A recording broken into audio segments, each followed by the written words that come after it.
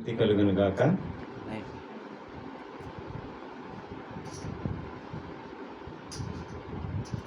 ఈరోజు అంశము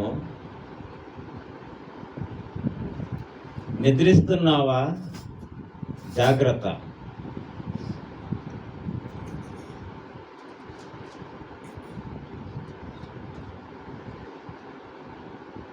నిద్రించిన ఎడల మనకేమొస్తుందమ్మా?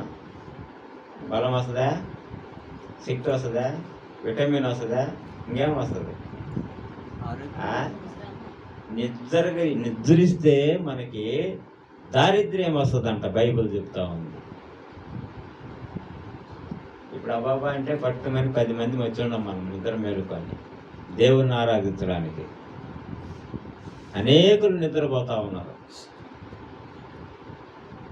నిద్ర అంటే ఏమి 9 గంటలకు పోయి మళ్ళీ పండుకొని 5 గంటలకు నిద్రపోరు.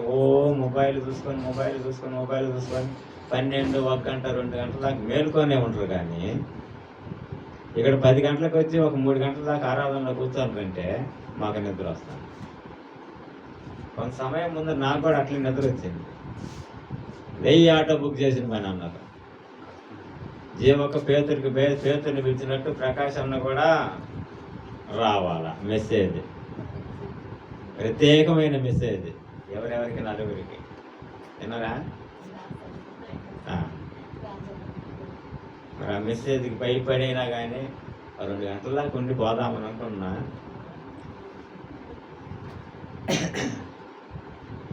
ఏది ఏమైనప్పటికీ దేవుణ్ణి ఆరాధించటంలో మనకిచ్చినటువంటి తరుణాన్ని బట్టి దేవునికి కృతజ్ఞతాస్తుతులు చెల్లించాలి. నిద్రించిన ఎడల మనకి దారిద్ర్యం వస్తుందంట. మత్తయి సువార్త 13:25.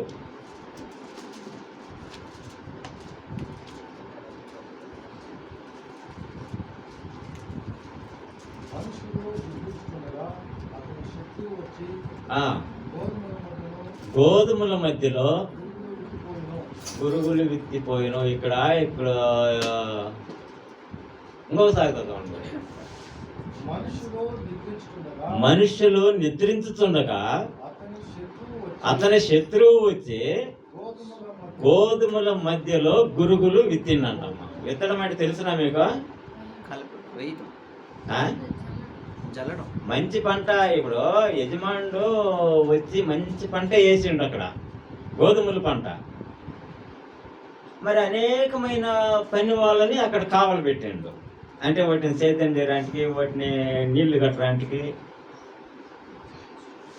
అలాగా పెట్టిన తర్వాత వీళ్ళు ఏం చేసిండ్రంటే చిన్న మాత్రం కొద్దిగా అట్లా గమనించకుండా నిద్రపోయేసింది. నిద్రపోతాను సాతాను వచ్చి ఏం చేసింది తెలుసిన? ఆ గోధుమల మధ్యలో గురుగులు.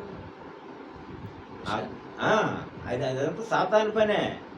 గురుగులు అనేవి ఒక్కసారి విత్తితే అది పొలమైనా సరే, మన సంసారము జీవితమైనా సరే, మన కుటుంబమైనా సరే చిన్న భిన్నమైపోద్ది. ఇప్పుడు వాక్యం విన్నాము, సాతాను మనం ఒంటి నిండా కళ్ళు పెట్టుకొని చూడాలంట సాతాన్ని. ఏ పక్క నుంచి అయినా రావచ్చు అంట, ఏ విధముగానైనా రావచ్చు అంట. ఇప్పుడు అయ్యో నాకు ఒళ్ళు నొప్పులే నిద్రపోతామంటే అక్కడే సాతాను అయితే దొరపడిపోయింది. బైబిల్లో కూడా అనేక మంది దేవుని వలన ఆశీర్వాదం పొందిన వాళ్ళు చాలా మంది కూడా సాతానికి పడిపోయినారు. నిద్ర అనేది మరి మన కుటుంబాలని, మరి ఆ ప్రార్థన లేకుండా మనం నిద్రించటము, ప్రార్థన లేకుండా మనం అనేకమైనటువంటి మొబైల్స్లో, మరి సీరియల్లో, ఈ సినిమాలలో మరి మనం గడపటము, ఇవన్నీ కూడా కుటుంబాలని చిన్న భిన్నం చేసేస్తాయి అన్నమాట. అందుకే మనం నిద్రించిన సమయంలో సాతాను వచ్చి ఆ గోధుమల పంటలో గురుగులు విత్తి పోయేసింది. ఇప్పుడు మనం ఎవరి పని అనేది చేద్దాము? అప్పుడు కూడా ఆ పని వాళ్ళు మేము పోయి వాటిని పెరికేస్తామని అంటే లేదు ఇప్పుడు వాటిని పెరిగితే మీరు గోధుమలు పంట కూడా మీ చేతికి వచ్చే ఛాన్స్ ఉంది. రెంటిని కలిసి బతకని. ఇప్పుడు చాలా సంఘాలలో కూడా ఇద్దరు బాగుంటే, నలుగురు బాగుంటే ఒకరెవరైనా మూతి తిప్పుకుంటా ఉంటారు. కలుపు మొక్క. ఇప్పుడు ఆమెను కాదంటే, అవునా కదమ్మా? ఇప్పుడు సంఘాలలో అన్నిటికీ చేర్చి ఇక్కడ రాసి ఉండేది. ఒక కుటుంబాలకే కాదు, ఒక పంటకే కాదు, ప్రతి ఒక్కదానికి అన్నిటి. అలాంటి సంఘాలు కూడా చాలామంది ఉన్నాయి. అయితే మనం అలా కాకుండా మరి ఒక మాట చదువుదామమ్మా. మత్తయి సువార్త 26:41.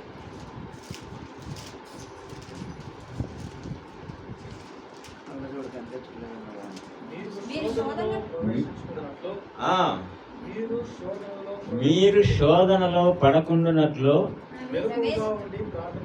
మెలకువగా ఉండి ఈ మాట ఎవరికి చెప్పినాము? యేసు ప్రభు శిష్యుడు కదా, శిష్యుడికే కదా. మెలకువగా ఉండి ఇట్లా పోయేసి ప్రార్థన చేసుకొని ఇక్కడికి వచ్చేసరికి వీళ్ళు ఏం చేస్తుండ్రు? మరి ఆ నిద్ర వీళ్ళు మెలకువతో ఉండండి, శత్రువు పొంచి ఉందని చెప్పి యేసు ప్రభుకి ఆల్రెడీ తెలుసు. ఇప్పుడు ఒక ఎమ్మెల్యే కానీ, ఒక ఎంపీ కానీ, ఒక ముఖ్యమంత్రి కానీ, ఒక ప్రధానమంత్రి కానీ ఆయన లోపల నిద్రపోతా ఉంటే ఎంతమంది అండి సెక్యూరిటీ? అంతా బాడీ గార్డ్స్, గన్నులు పెట్టుకొని, సీసీ కెమెరాలు ఆ రోజుల్లో ఏం లేవు. ఈ శిశువులే ఆయన నమ్ముకున్నాడు కాబట్టి మీరు నిద్రపోకుండా మెలకువగా ఉండండి అని చెప్పి ఆయన పోయి ప్రార్థన చేసుకొని వచ్చేసరికి మళ్ళీ నిద్రపోతాం. 3 సార్లు అట్లే చేశాను. సరే, ఇప్పుడు మీరు అలసట తీర్చుకోండి, నాకు సమయము. అదే కానీ వాళ్ళు కొంచెంసేపు మేలుకొనుండి శత్రువులు వచ్చేది చూసి వాళ్ళని అక్కడే కానీ ఆపేసి ఉంటే యేసు ప్రభు 33 కాదు ఇంకొన్ని నెలలైనా నాకు తెలిసి దీవించింది. ఈ నిద్రపోవటం వల్ల ఆయన చెప్పిపోయిన ఆయన మాట కానీ కనీసం అంటే ఒక్క గడియ కూడా నిద్ర సాతాను పని అది. ఈరోజు అనేకమైన వారిని సాతాను శోధిస్తూ ఉండదు. అలాగే ఇంకొక వచ్చిన న్యాయాధిపతులు. ఇక్కడ మీకు ఒక ప్రశ్న కూడా వేస్తాను నేను.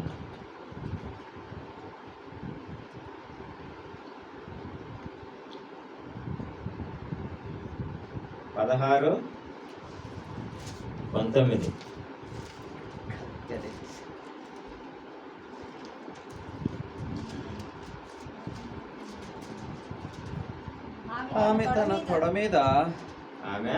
ఆమె తన తొడ మీద అతని నిద్రపుచ్చి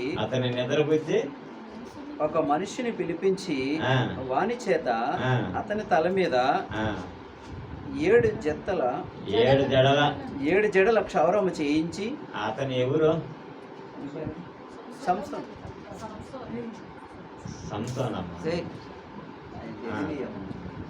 సంసోన్ ఏ దేశస్తుడమ్మా? దేవక్క ఎవరు సంసోన్? ఫిలిస్తీయుడు.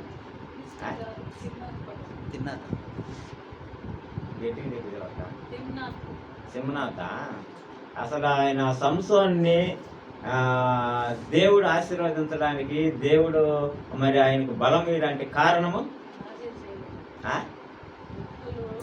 బలము దేని గురించి ఇచ్చిండు? ఆయన ప్రణాళిక ఏంది?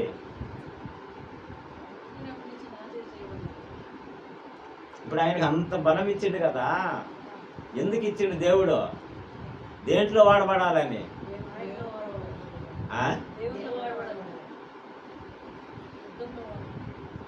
యుద్ధమే.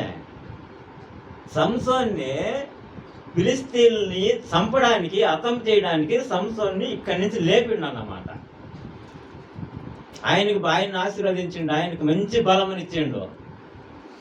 మన యాకోబు గారు వాక్యం చెప్పమన్నప్పుడల్లా వాక్యాన్ని అర్థం చేసుకోవాలని అంటున్నాం కదా. చెప్పినప్పుడు మనం ఆ వాక్యము అసలు ఆయన సంసోను ఎవరు, ఎందుకు దేవుడు ఎందుకు ఆయన చేత బలం పొందబడినట్లు ఆయన ఎందుకు ఆశీర్వదించిండు, ఇవన్నీ మనము ఏం చేయాలా, గైకొనాల. ఫిలిస్తీన్లని వాళ్ళ మీదకి వాళ్ళని నాశనం చేయడానికి సంసోను ఇక్కడ నుంచి దేవుడు లేపితే, ఇప్పుడు ఆమె తొడ మీద బండి పెట్టుకున్నాము. ఎవరు ఆమె పేరు ఎవరమ్మా? ఆమె దేశస్త్రాలు ఫిలిస్తీరాలమ్మా. ఫిలిస్తీన్లో నుంచి ఆమెను లేపిండు సైతాను. అర్థమవుతుంది మీకు? ఇక్కడి నుంచి దేవుడు సంసోన్ను ఫిలిస్తీన్లు నాశనం చేయడానికి దేవుడు లేపితే, ఫిలిస్తీన్లలో నుంచి ఒక స్త్రీని సంసోన్ను ఆయన బలం ఎక్కడుంది కనుక్కోరంటే అక్కడి నుంచి ఒక స్త్రీని లేపిండు అన్నమాట. అప్పుడు ఈ సంసోను పోయి ఆమెను చూసి మరి ఆమెను ప్రేమించి ఈ చూపులతోనే మరి ఇది చేసుకొని ఆమె మాయలో పడిపోయి ఏం చేస్తుందంటే తొడ మీద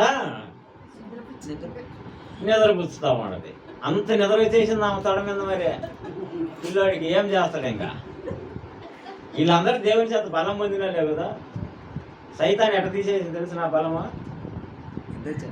నైసుగా నిద్రపుచ్చి జడలు కత్తిరించి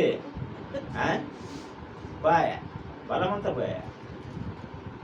దేవుడు ఆశీర్వదించిన తర్వాత మనం ప్రతినిత్యం ఏమై ఉండాలంట, మెలకువ కలిగి ప్రార్థన చేస్తూ ప్రతినిత్యం ఆయనలో ఉండాల. అది సంసోను కథ అయిపోయిందా? ఒక్కరు సమాధానం చెప్పండి నాకు ప్రశ్నకి.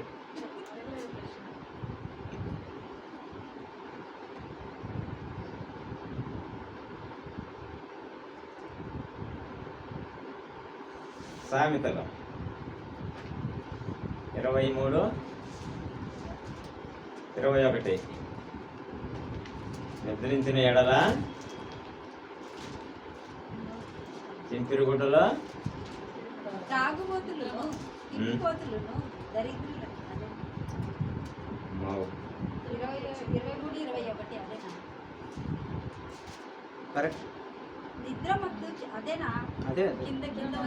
సామెతలో తాగుబోతులను, తిండిబోతులను, దరిద్రులను నిద్రమత్తు చింపిగుడ్డలు ధరించుటకు కారణము.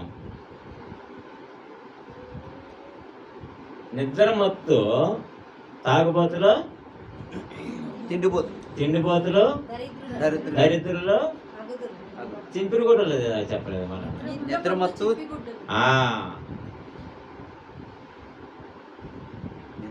చింపిగుడ్డలు ధరించుట కారణం. 15 సామెతలు 15.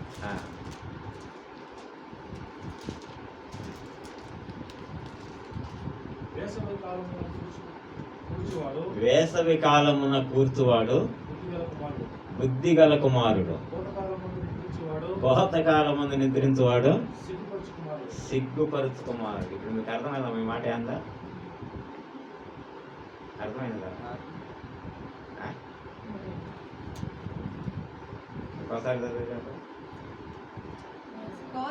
వేసవి కాలం ఎండాకాలమున కూర్చువాడు బుద్ధిగల కుమారుడు.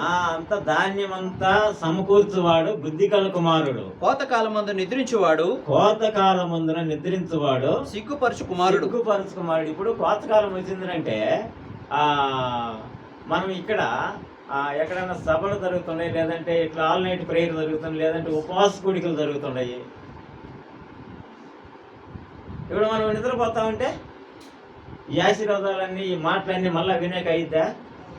ఇవన్నీ మళ్ళీ గ్రహించి ఇంకొకరికి చెప్పేదానికి అయిద్దా? అవదు కదా. ఏ సమయాన మెలకువగా ఉండాలనో, ఏ సమయాన నిద్రపోవాలనో ప్రతి ఒక్కటి దేవునికి తెలిసి ఇక్కడ రాయించబడి. మరి అలాగని మనం దేన్ని కూడా ఆలస్యం చేయకుండా, మరి సోమరితనంగా ఉండకుండా, మరి దేవుని వాక్యమును చదువుట్లో కానీ, మరి ప్రార్థించుట్లో కానీ మెలకువగా ఉండి, మరి ఆయన చెప్పినటువంటి ఆ న్యాయ నిధులు, ఆయన మనకి ఇచ్చినటువంటి ఆశీర్వాదం ప్రకారం ఇంకా అనేక మందికి ఈ మాటలు చెప్పి మరి వారిని దేవుని రాజ్యానికి నడిపించలాగిన మనకి కొన్ని ఏమిటి తలాంతులు మనకి ఇచ్చినాడు కనుక మరి ప్రతి వానికి జీతం ఇచ్చుటకు ఆయన సిద్ధపరిచి ఉన్నాడు. ఆయన కాయ గొర్రెల గుంపులో మనం కూడా ఉండాలి. అదే ఆయన ప్రణాళిక. ఒక రాజ్యం కావాలంట మనం.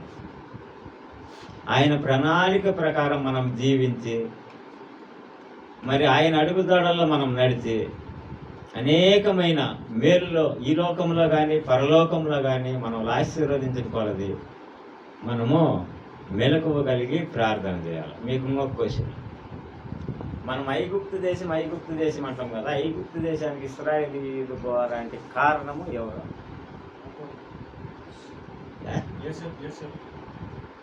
ఐగుప్తు దేశానికి ఇశ్రాయేలీయులు బానిసలుగా పోవటానికి కారణము ఏసేపు కాలంలో. దానికి కారణం ఎవరు? అక్కడికి పోవడానికి కారణం ఎవరు? దేవుని ప్రణాళిక. దేవుని ప్రణాళిక కానే కాదు. అబ్రహాముకి మరి అప్పుడప్పుడు వాక్యం ద్వారా ప్రత్యక్షమయ్యి ఇదిగో నిన్ను బహుగా ఆశీర్వదిస్తాను, నిన్ను దాంట్లో ఇచ్చిస్తాను, దీంట్లో ఇచ్చిస్తాను, మరి ఆదేశం ఇస్తాను, మరి ఆకాశం వైపు చూసి నక్షత్రముల వలె నీ సంతతిని నేను చేస్తానని మరి అన్నీ చెబుతుండు. కానీ నాకైతే పిల్లలు లేరు కదా, మరి ఎట్లా ఏమని చెప్పి ఆయన చింత ఆయనకు ఉండదు. దేవుడేమో నిన్ను ఆశీర్వదిస్తాను, నిన్ను ఇచ్చిస్తాను, నిన్ను బలపరుస్తానని ఆయన చెబుతున్నాడు. ఇదిగో పో, ఆ దేశం లేకపో. ఏ దేశం అది? చదువు అదే ఎంచుకో అని చెప్పినప్పుడు ఇవన్నీ చెబుతుండవు. కానీ ప్రభు మరి ఇటుగా ఈ నేను స్వతంత్రించుకున్నట్లు నాకు ఎట్లా తెలిసేది? ఒక క్వశ్చన్ మార్క్ అయిపోయింది అబ్రహాం దగ్గర. అవునా కాదా? ఇప్పుడు దేవక్క నీకు పలానా రోజున పలానా ఇది వస్తుంది, తీసుకోకపోతే ఇప్పుడు నీకు ఒక ఐడియా వస్తుంది కదా, నాకు ఎట్లా ప్రభు అయి తెలిసేది ఆలోచన వస్తుంది కదా. దాస వస్తుందే రాదా? ఎప్పుడు ఎట్లా నాకు ఎట్లా తెలిసేది ఎట్లా అని అప్పుడు కింద ఏమంటుండో ఆయన ఉండు అందుకు ప్రభు అయిన యెహోవా నేను దీనిని స్వతంత్రించుకునేదినని నాకు ఎట్లా తెలియననగా అబ్రహాం అడిగిండు. దేవుని అడిగితే ఆయన 3 ఏళ్ళు పెయ్యను, 3 ఏళ్ళ మేకను, 3 ఏళ్ళ పొట్టేళ్లను, ఒక తెల్ల గువ్వను, ఒక పావురపు పిల్లను నా యొద్దకు తెమ్మని అతనితో చెప్పాను. అతడు అవన్నీ తీసుకొని వాటిని ఇప్పుడు అవన్నీ 4-5 వాటిని తీసుకొచ్చి వాటిని ఏం చేయమన్నాడు దేవుడు? నడిమికి సెంటర్కి కట్ చేయమన్నాడు. ఇప్పుడు పావుర పిల్లని, 3 ఏళ్ళ పెయ్యిని, 3 ఏళ్ళలో పొట్టే గొర్రెని, 3 ఏళ్ళ మేకని వీటన్నిటిని తెచ్చి నడిమికి కట్ చేసి వాటిని ఏం చెప్పిందంటే ఇప్పుడు ఇట్లా తిప్పి, ఇప్పుడు మనం కట్ చేస్తాం కదా, తోక పక్క తల వచ్చేటట్టుగా, తల పక్క తోక వచ్చేటట్టుగా తిప్పి పెట్టమన్నాడు. పెట్టమనే సరిగే సరే అని చెప్పి అది తెలియాలని అబ్రహాంతో చెప్పిండు దేవుడు. సరేనని చెప్పి కింద చదువుతారు. అవన్నీ తీసుకుని ఎదురుగా పెట్టి గద్దలు ఆ కళేబరము మీద వాలినప్పుడు వాటిని తోలివేసెను.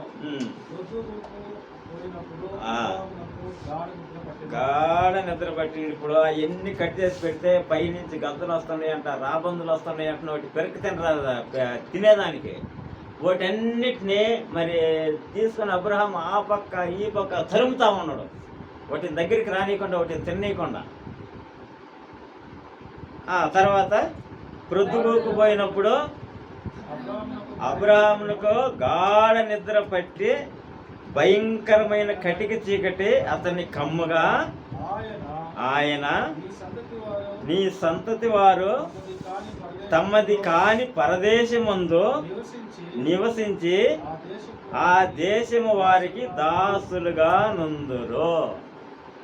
వీళ్ళు ఎవరమ్మా? వీళ్ళే కదమ్మా ఇశ్రాయేలీయులు కాదా? కరెక్టేనా? ఇప్పుడు ఎవరు చేసిన తప్పిదము? అబ్రాము నిద్ర ఆ కొంచెంసేపు ఆ నిద్ర కొనక్కపోయి ఉంటే ఐగుప్తు దేశానికి పోయేవాళ్ళు కాదు ఇశ్రాయేలు. నిజంగా ఆ కింద చదివే జాక ఎన్ని సంవత్సరాలు? వారు 400 ఏండ్లు వీరు శ్రమ పెట్టుదురో వీరు చివరికి దాసులవుదురో ఆ జనమునకు నేనే తీర్పు 400 సంవత్సరములు ఆ ఐగుప్తు దేశంలో పడి ఆ బానిసత్వం ఆ పనులు తీరాక అనేక మార్లు ప్రార్థన చేశారు. ఏడిసి చేసినా కానీ ఈయన మాట చెప్పిండు కదా, 400 సంవత్సరాలు వాళ్ళ ప్రార్థన అసలు ఏమి కూడా పట్టించారు. 400 సంవత్సరాలు అయిపోయిన తర్వాత ఎవరిని పంపించిండో? మోసేను పంపించి వారిని విడుదల చేసుకొని వచ్చిండు. ఈరోజు మన జీవితాలలో కూడా ఆ నిద్ర నీ ఇంట్లో నీ కుటుంబంలో ప్రార్థన అనేది లేకుండా ఉంటే నీకు రావాల్సిన ఆశీర్వాదాలు, నీకు రావాల్సిన దీవెనలు రాబందులు వచ్చి సాతాను పంపిస్తుంది. దేవుడు కాదు, సాతానే పంపిస్తుంది. ఏం ప్రార్థన చేస్తుంది ఎట్లయినా పాడు చేయాలి ఈ ప్రార్థన. ఏం ప్రార్థన చేయకూడదు, ఈ ఆశీర్వాదం ఏమో రాకూడదు. ఆశీర్వాదాలు సాతాను ఏదో, ఆశీర్వాదాలు ఇచ్చేది దేవుడే. మనం ఏం చేయాలా? మెలకువగలిగి ప్రార్థన చేయాలి. ప్రార్థన చేసి సాతానికి మనము చోటు ఇవ్వకూడదు. సాతానికి దిక్కినమంటే అయిపోయా. చిక్కిన సంసోను బాయా శుద్ధంగా నిద్రపోయేసిండు. లేదు చూసాలకి 7 జడలు లేవు. 2 సార్లు 3 సార్లు మన జాతకు చెప్పిండు వాక్యం. ప్రణాళిక దేవుని ప్రణాళిక, దేవుడు మంచిదే ప్రణాళిక. కానీ సాతాను దీంట్లో పడిపోతూ ఉంటాం. ఇప్పుడు ఇంకొక ఆయన ఉండవు, కీర్తనకారుడు దావీదు గురించి కూడా చెప్పిండు జాతకు చాలా సార్. దావీదు ఎట్లా పాపం చేసిందమ్మా? వసంతకాలం మంది మేడ మీద వాకింగ్ చేసుకుంటా ఓకే, అది అనుకోకుండా చూసింది కానీ అదేం పొరపాటు అని దేవుడికి అనిపించినట్టు లేదు. చూసి నిలిచినాడు, పోయింటే ప్రాబ్లం లేదు. చూసి ఒకవేళ నిలిచి ఆమెకి వచ్చేసిండు కిందికి, అది అంతటితో వదిలేసి ఉంటే సరిపోయిండు. మళ్ళా రోజు ఏం చేసిండు? అక్కడ ఎంక్వైరీ చేసిండు. ఆమె ఎవరు, ఎక్కడ. ఇప్పుడు అనుకోకుండా చూసిన విషయం అది ఓకే. ఇప్పుడు ఎవరైనా కానీ దారిని పోతే ఏమన్నా ఒక వింత చూసినప్పుడు దాన్ని వదిలేసేయాలా, పోవాలా? మరి ఇంత మంచిగా దేవునిలో ఎదిగిన అతని, దేవునిలో విశ్వాసం ఉన్న అతని ఎంక్వైరీ ఎందుకు చేయాలా? తప్పని పాపం అని తెలియదు. అది ఏమనుకోకుండా జరిగింది, వదిలేయాల.